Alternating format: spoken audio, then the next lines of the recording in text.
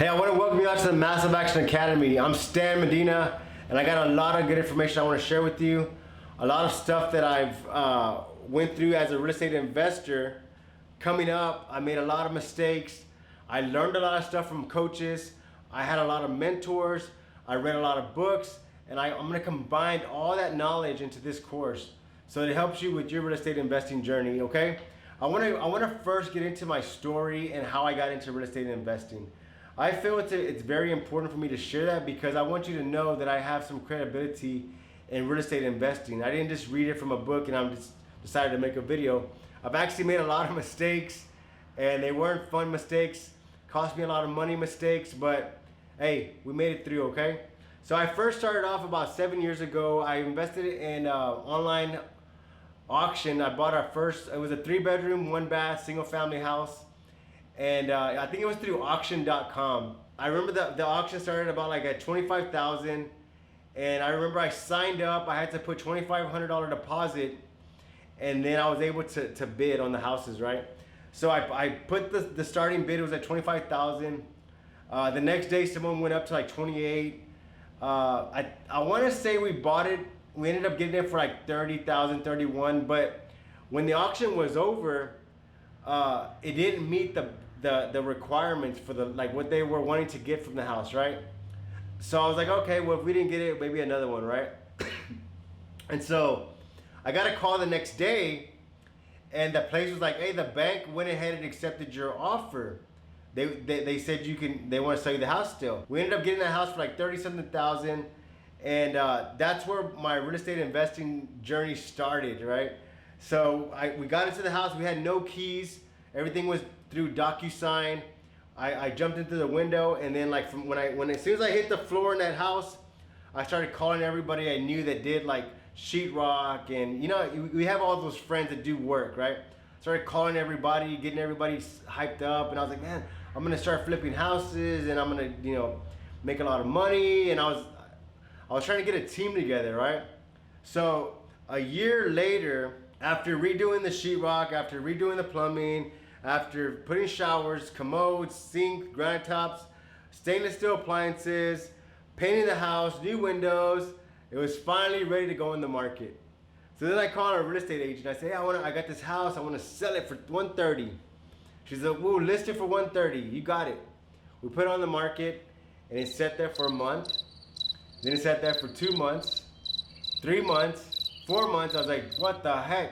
I finally started networking with other real estate investors. And they told me, they said, you know what? I'm going to tell you from experience, that house is priced too high for that market. And I said, what do you mean? You're trying to sell the house for $130, but the houses in that area sell for like $195. You're not going to sell it. It's value. You have it too high. So I had to send an email to the real estate agent saying, I no longer need your service. We're going to decide to go a different route, whatever. Done. I hired another agent. He said, we're going to list it for $195. It'll be gone in 2 weeks, guaranteed. Sure enough, listed it, got under contract, and we sold it. Well, the settlement statement shows how much money you made. After everything is said and done, we walked away with $10,000 profit, right? Yeah, we got our money back, but we just made $10,000. And I said, man, it spent me like a year or something doing this house. I went through about 50 contractors.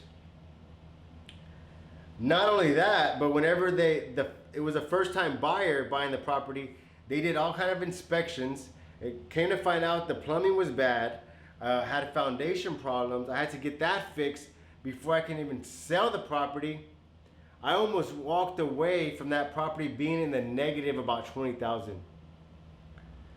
Luckily, we talked to the plumbing guys, we talked to the foundation guys. I said, look, man, I'm in a bad spot here. I need your help, man. They gave us a good deal. We got everything fixed. We were able to walk away with $10,000. After that deal, I said, you know what? I don't want to do flips. The flipping is not for me, you know? And so I started talking with more real estate investors and more advisors and reading more books. And I said, you know what? What I want to do is I want to buy and hold. But not only buy and hold, I want to make sure that I buy a property that has a good amount of equity, get it at a good price, so that I'm not over leveraged. And so that was my strategy. So the next 7 years, I was on a mission. Day and night, I just wanted to buy properties. I just wanted to find properties. We had our business going, was fueling the investing part of it. So man, I was like a machine, just buying. And so the next 7 years, after that flip, the next 7 years we bought about 20 properties. Single families, multi-families, commercial, you name it, we had it. So I have some credibility in real estate investing. I'm going to share that information with you. So I appreciate you being here. Let's get started.